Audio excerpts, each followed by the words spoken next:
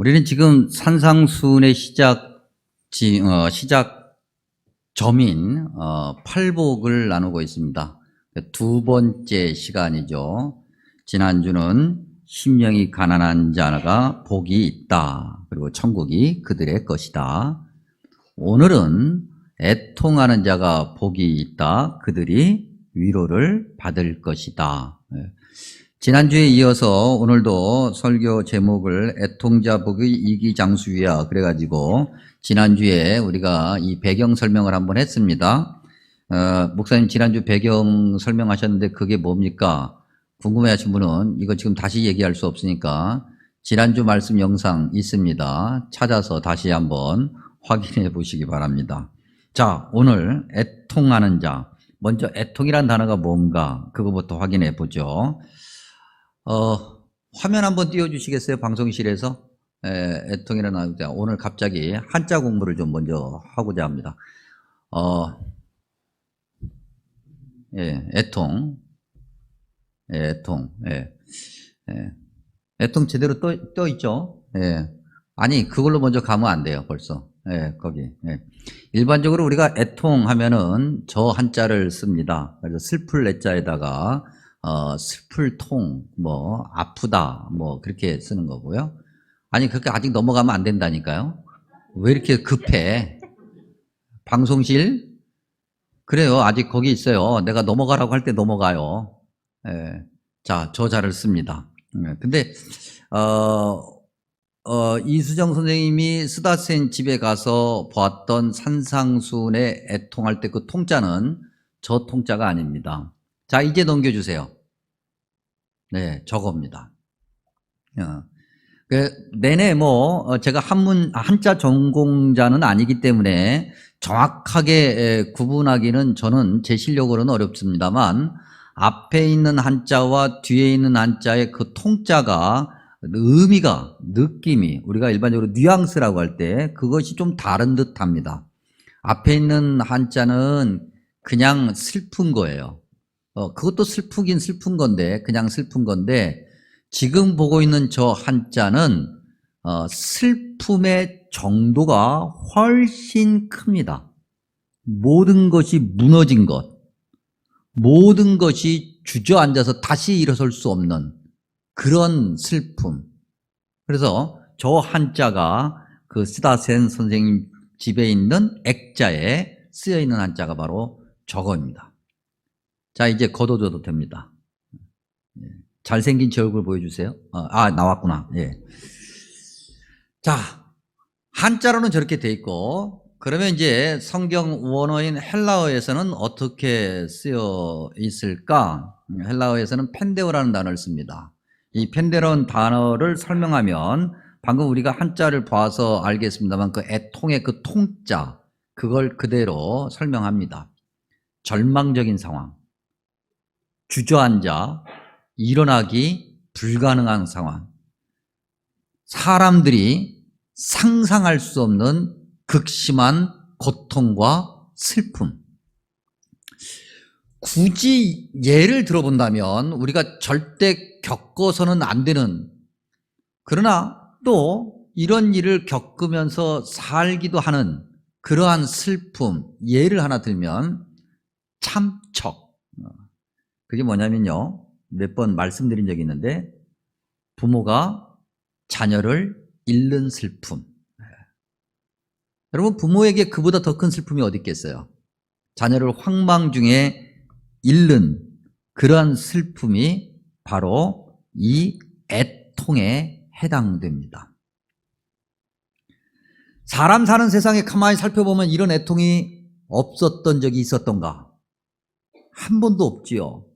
지금 저와 여러분이 살고 있는 이 세상도 이러한 애통이 끊임없이 반복되고 있는 세상이죠. 사람 사는 세상에서 애통이 없었던 적이 한 번도 없다. 도대체 그 애통은 왜 생기는 것일까? 마태복음 2장 16절에서 18절에 보면 예수님께서 이 땅에 유대인의 왕으로 오셨다는 소문이 퍼지자 헤롯이 그 예수님을 죽이고자 합니다. 사람들의 관심이 아기 예수에게 쏠릴까봐, 유대인의 왕의 자리가 위태로워질까봐, 그래서 아기 예수를 죽이려고 하는데 어디서 태어났는지 정확하게 알 수가 없으니 베들레헴을 중심으로 한 그 지역 근처 모든 동네에 2살 미만의 아이들을 다 죽이는 사건이 생깁니다. 통곡하였다. 여러분, 2살 미만의 아이를 잃은 그 어미의 마음, 아비의 마음은 어떻겠습니까? 애통이 극에 달하겠죠. 결국 이 땅 사람 사는 세상에서 애통이 사라지지 않는 이유는 바로 이것 때문이죠. 사람의 탐욕, 이기심, 그리고 죄와 교만. 그것 때문에 사람 사는 세상에서 통곡이, 애통이 끊이지 않습니다. 참척이라는 개인적인 슬픔만을 예로 들었습니다만 이것을 포함하여 좀 더 넓은 인류의 슬픔, 인간이 살아가면서 겪게 되는 애통함을 좀 더 성경을 통해서 확인하면 이사야서 61장에서 확인해 볼 수 있습니다. 이사야서 61장 2절에 보면 여호와의 은혜의 해와 우리 하나님의 보복의 날을 선포하여, 예수님께서 누가복음에 가면 공생애를 시작하실 때 처음에 일성 딱 크게 외치셨던 말씀이 바로 이사야서 61장 1절과 2절이거든요. 그 중에서 그 2절 말씀 말입니다. 이 땅에 주님의 은혜의 날을, 은혜의 해를, 하나님 보복의 날을 선포하여 슬픈 자를 위로하되 그랬어요. 이때 그 슬픔이 애통이에요. 히브리어는 아발이라고 발음하는데, 이 아발이라는 히브리어 발음을 복음서 당시에 구약 성경이 70인역의 헬라어로 번역하면 펜데오가 되고, 그걸 한자로 옮기면 바로 방금 우리가 봤던 애통이 되는 거예요. 이사야서 61장의 배경은 이스라엘 백성들이 나라를 완전히 잃고 포로로 끌려가 희망이 없는 그런 삶 가운데서 하나님의 위로를 바라는 마음에서 이사야서 61장이 기록이 돼요. 우리 어르신들은 전쟁을 다 겪어봤습니다. 지금도 뭐 뉴스에 계속 나오죠. 우크라이나 지역에 뭐 지금 전쟁의 어떤 기운이 막 돌고 있는. 그래서 우리 어르신들은 전쟁을 직접 겪어봤기 때문에 전쟁의 참상, 참혹함이 얼마나 크다고 하는 것을 잘 알고 계십니다. 전쟁이 일어나면 여러분 어떻게 됩니까? 많은 사람들이 부모를 잃게 되고 형제를 잃게 되고 심지어는 자식을 잃습니다. 갑자기 하루아침에 전혀 준비할 시간도 없이. 참척이죠. 말할 수 없는 애통함이죠. 그 애통함에 더하여 나라를 잃어 어디서도 인간다운 대접을 받지 못하는 그런 극심한 고통, 억압, 착취, 그리고 하나님의 백성으로서 하나님을 마음껏 예배할 수 없다라고 하는 영적인 무너짐까지, 어느 것 하나 남는 것이 아무것도 없는 것, 그것이 애통함이에요. 가만히 생각해 보면은 성경에 기록되는 이 애통이라고 하는 거, 우리 삶에서 겪고 있는 애통이라고 하는 것은 사실은 성경적이 아닌 것 같아요. 또 아니어야만 할 것 같아요. 우리와는 거리가 멀어야 될 것 같아요. 살면서 한 번도 그런 일을 안 겪어야 될 것 같아요. 그렇잖아요, 여러분. 정말 예수님을 잘 믿고 우리가 신앙생활 잘하면 복을 받는다고 그랬는데 아무리 생각해도 이것이 복인 것 같지는 않아. 애통이라는 단어와 복이라는 단어가 어울릴 수가 없는데 오늘 성경에 보니까 애통하는 자가 복이 있다 그랬어요. 도대체 이것이 어떻게 같이 등장할 수 있어요? 애통하는 자가 복이 있다라고 하는 것을 다시 바꿔야 하면 주님께서 우리에게 애통하라고 말씀하시는데 어떻게 이게 가능하냐는 거죠. 애통이란 단어와 복이란 단어가 어떻게 같이 나올 수 있느냐는 거예요. 그런데도 주님은 우리에게 계속해서 애통하라고 말씀하셔요. 왜 애통하라고 말씀하실까? 하나님이 우리의 애통을 잘 아시니까. 성경 여러 곳에서 우리의 애통함을 잘 아시는 하나님의 모습이 그려져 있지만 대표적으로 예를 들면 출애굽기 2장 24절과 25절을 우리가 기억할 수 있어요. 같은 의미지만 다른 표현을 쓰고 있는 히브리어 단어 노아카라는 단어가 등장하여 출애굽기 2장 24절과 25절에 보면 하나님이 그들의 고통, 바꿔 얘기하면 슬픔, 애통, 그것을 들으시고 하나님이 아브라함과 이삭과 야곱에게 세운 그의 언약을 기억하사 하나님이 이스라엘 자손을 돌보셨고 하나님이 그들을 기억하셨더라. 하나님이 기억하셨고 하나님이 들으셨고 하나님이 돌보셨다라고 하는 이 표현은 하나님께서 이렇게 거리를 두시고 슬프지 힘들지 어떻게 이게 아니고 그 극심한 고통의 자리 노예의 자리에서 400년 동안 아무런 희망도 없이 신음하는 그들과 하나님이 함께 하시면서 그들의 고통을 같이 겪으시면서 같이 겪었기 때문에 하나님께서 아시고 하나님께서 기억하신다는 거예요. 하나님께서 우리의 애통의 자리에 함께 하신다고 하는 거죠. 그렇기 때문에 하나님께서 우리에게 애통을 하고 말씀하셔요. 우리가 처한 애통의 자리에 들어오시는 하나님, 그리고 그 애통의 길을 가시는 주님의 모습이 신약 성경에 기록되어 있죠. 우리의 죄가 너무나도 커서 우리의 죄 때문에 아까 우리가 언급했던 헤롯의 탐욕 같은 그런 죄 때문에 우리 스스로 애통함에 빠져 허덕거리고 있을 때 주님께서는 우리의 죄를 그 애통의 근원인 우리의 죄를 사하시기 위해서 인간의 몸으로 이 땅에 오셨을 뿐만 아니라 십자가 고난, 조롱, 멸시의 길을 걸으셨고 마침내 십자가에서 죽으셨다. 우리의 애통을 너무나도 잘 알고 계시는 주님의 모습. 그런데도 우리는 그 애통의 자리가 왠지 모르게 우리하고는 무관할 것 같고 무관해야만 할 것 같지요. 그래서 마태복음 2장 16절에서 18절에 보면은 아까도 우리가 얘기한 것처럼 헤롯의 그 교만함, 탐욕, 이기심 그것 때문에 생기는 고통, 그래서 그 고통이 주님의 오심과는 무관한 것처럼 여겨지게끔 하는 사탄의 장난을 우리가 봐요.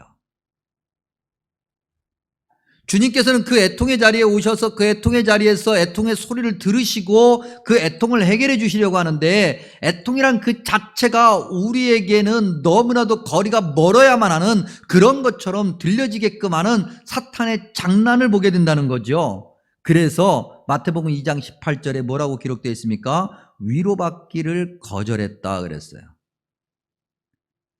사탄이 애통은 하나님과 관계없는 거야, 하나님이 주시는 복이 아닌 거야 라고 이야기를 해주니 위로가 그곳에 있을 수가 없는 건데, 우리가 살면서 우리의 탐욕과 교만 때문에 애통을 피할 수 없다라고 한다면 우리가 하나님의 은혜를 사모하게 될 것이고, 그렇다면 우리와 함께 하시는 주님을 보게 될 것이고, 그러면 우리가 위로를 받을 것인데 사탄은 마치 애통과 복이 무관한 것처럼 보이게끔 해 위로를 못 받게 만들어버려요. 그러나 주님은 그럼에도 애통해 하시고 위로하시고 우리와 함께 하시죠. 그래서 우리를 애통의 자리로 다시 초대하셔요. 그러면 우리는 어떻게 애통할 수 있을까? 어떻게 해야만 애통할 수 있을까? 그래, 주님께서 우리의 애통의 자리에서 우리의 모든 것을 아시고 우리의 죄를 사해 주시고 우리를 위로해 주시니, 그렇기 때문에 우리를 주님을 믿는 자녀로서 애통의 자리로 초대하시니 오늘부터 나도 애통해야지? 그런다고 애통이 될까? 그렇게 우리가 신앙적인 어떤 의무감, 그것 때문에 길을 쓰고 애통에 가까이 갈까 하다가도 애통이 가까이 오는 순간에 두렵고 무서워서 금방 뒷걸음치는 것이 우리인데 어떻게 주님은 가능하기에 우리를 자꾸 애통의 자리로 초대하시는가? 우리를 말이죠. 우리가 어떻게 해야 애통할 수 있을까?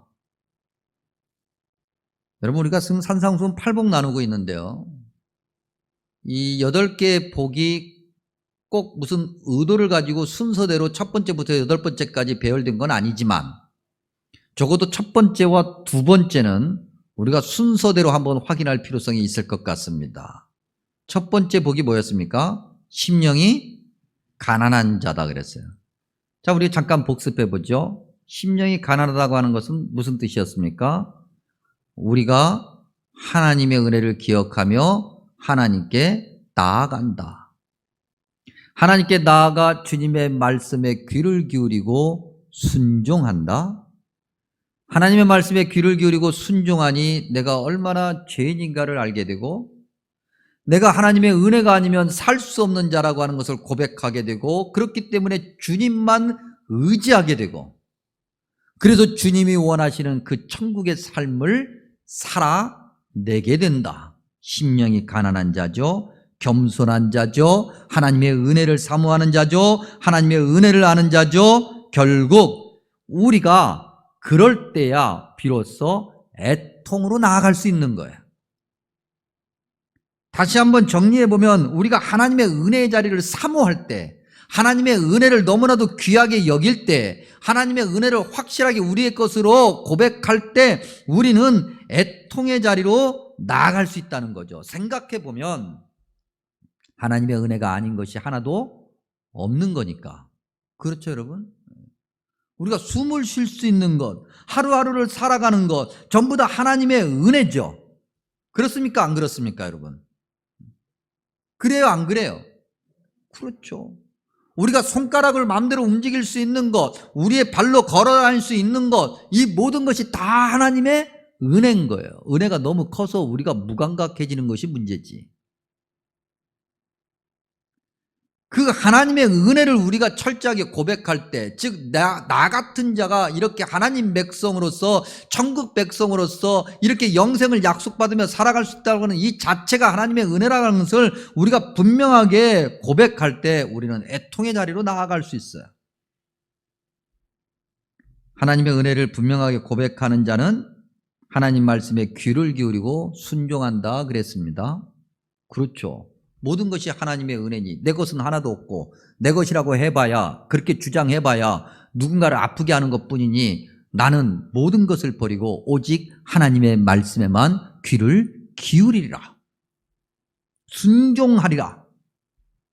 그렇게 하나님 말씀에 순종하며 주님만을 사모하고 주님의 은혜만을 사모하면 우리 마음속에 무엇이 더 가득해집니까? 천국의 소망이 가득해지죠.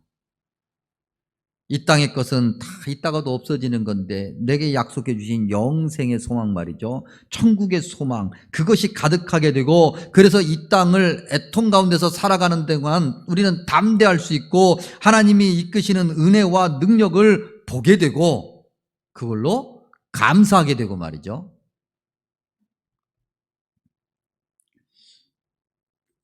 한 2주 동안, 약 2주 동안 좀 심각한 건 한 10일 정도 됐는데 저희 집 사람이 이제 신우신염 때문에 열이 아주 고열이 올라와서 힘들어 했어요. 한 39.8도 막 여기까지 올라왔어요.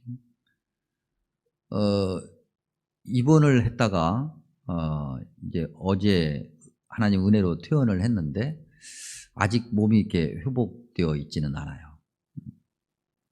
근데 제가 이제 요즘 코로나 시대니까 입원도 잘 안 돼요. 열이 있으면 더더욱이. 아무튼 복잡했어요.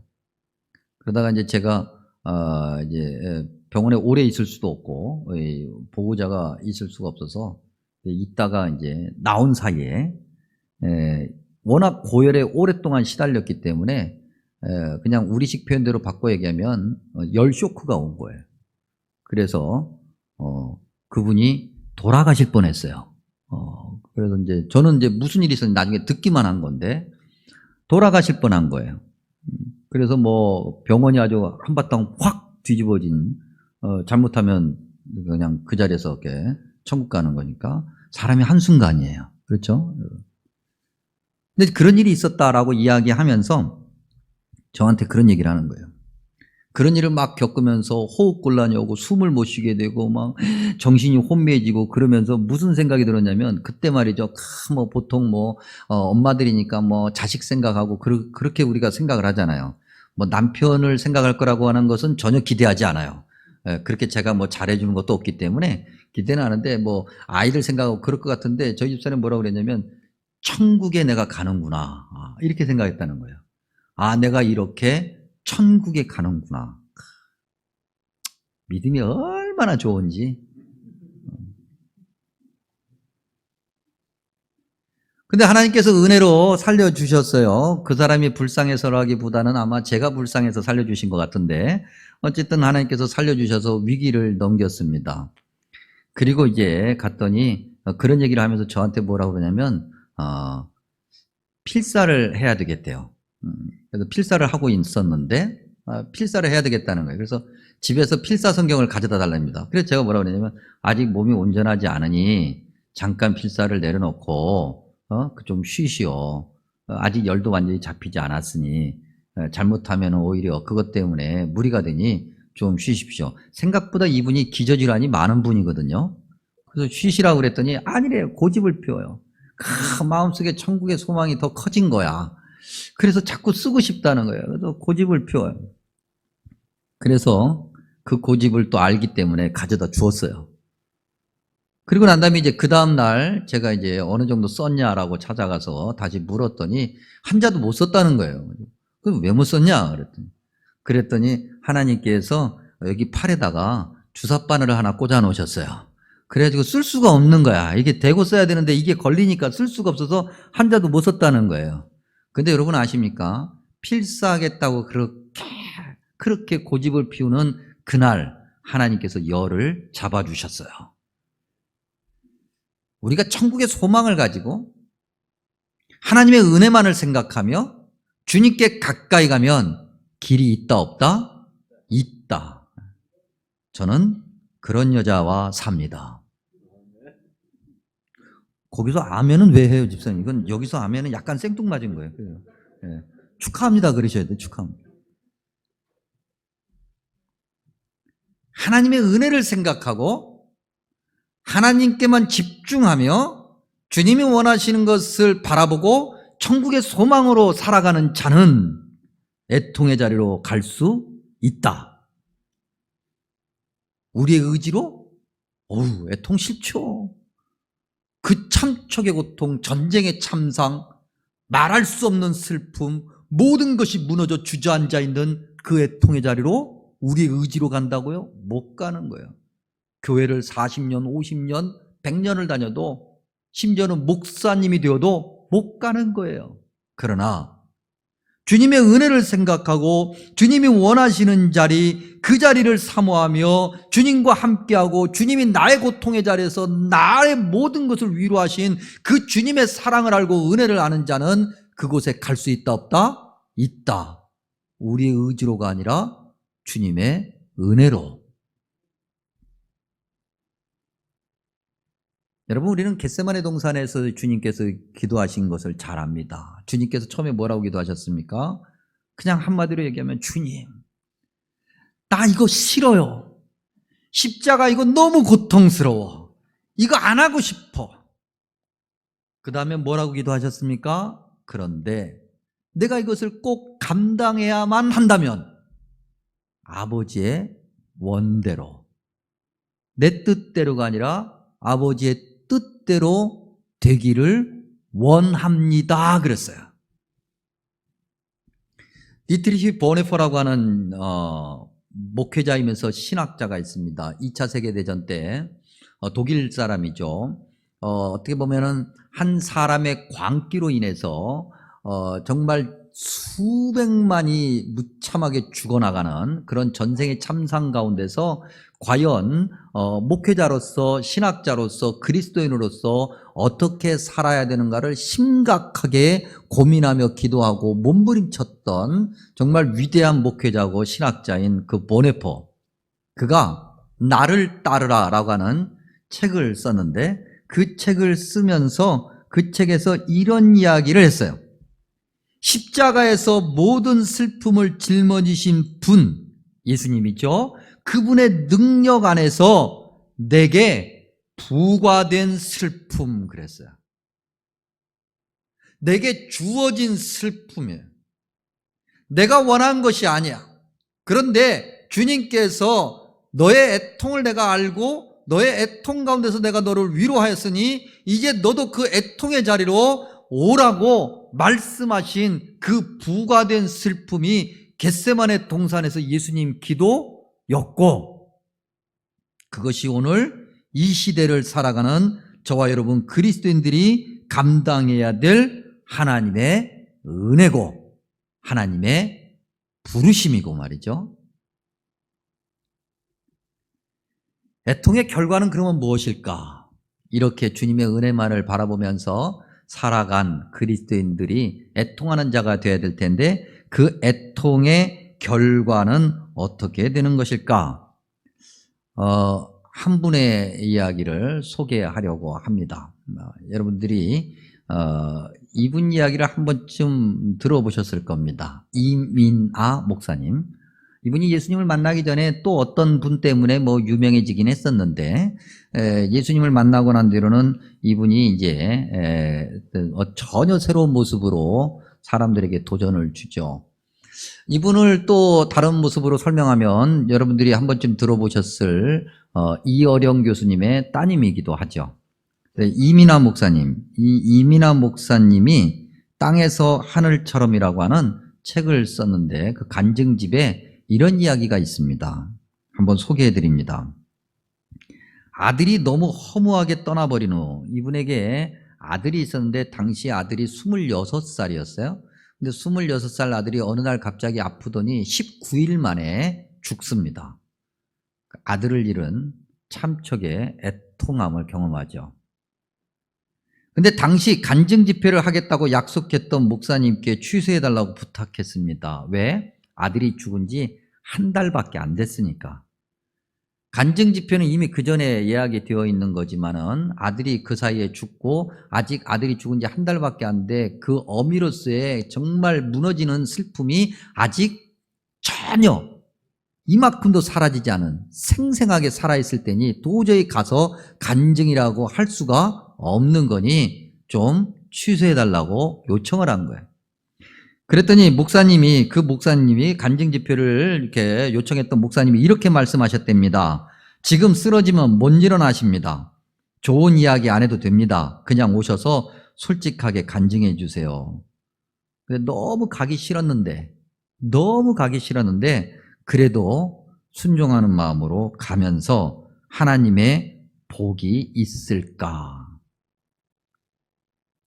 사흘 일정인 집회 첫날 아들 이야기는 전혀 꺼낼 수도 없었고 억지 해가지고 겨우 간증을 마치고 참 너무나도 고통 가운데서 이렇게 이야기를 했다고 합니다.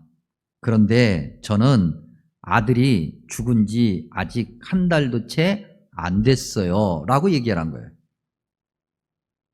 그리고 다음 말을 이제 어떻게 해야 될지 몰라가지고 방황하고 있는데 갑자기 떠오르는 성경 구절 하나, 고린도후서 1장 4절, 하나님께 받은 위로로서 모든 환난 중에 있는 자들을 능히 위로하게 하시는 하나님, 이 구절을 의지하고 오늘 이 간증 자리에 섭니다. 그런데 갑자기 한 여자분이 통곡을 하고 있는 거예요.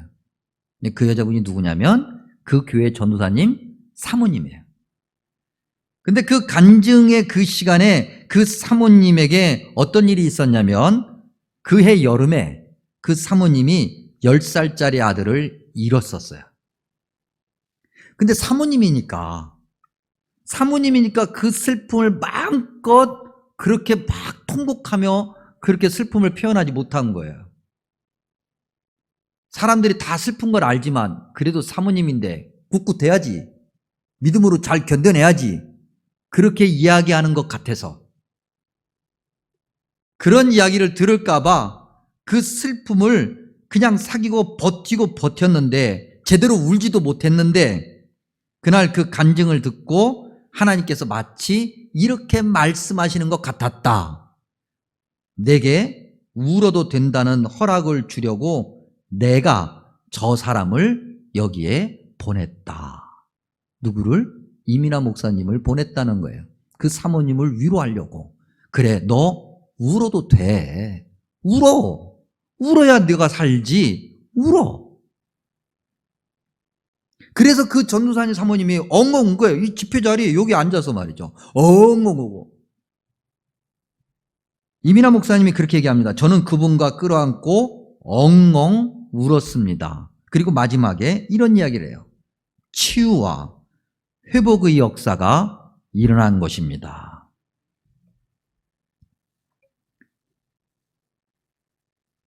야고보서 4장 9절과 10절. 슬퍼하며 애통하며 울지어다. 너희 웃음을 애통으로 너희 즐거움을 근심으로 바꿀지어다. 주 앞에서 낮추라. 그리하면 주께서 너희를 높이시리라. 그리고 성경은 이렇게 얘기합니다. 그들이 위로를 받을 것이라. 그때 그들은 누구겠습니까? 주님의 그 애통의 자리에 들어갔던 그 애통하는 자와 그 애통을 통해서 위로를 받은 또 다른 애통하는 자, 모두가 다 위로를 받을 것이라.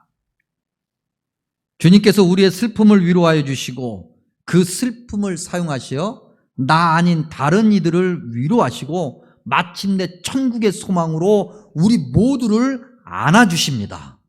이 세상에 있는 모든 애통함이 그리스도인들의 애통의 자리에 들어감으로 위로가 되고 그것이 하나님의 영광이 되는 것이 주님이 오늘 우리에게 원하시는 것입니다.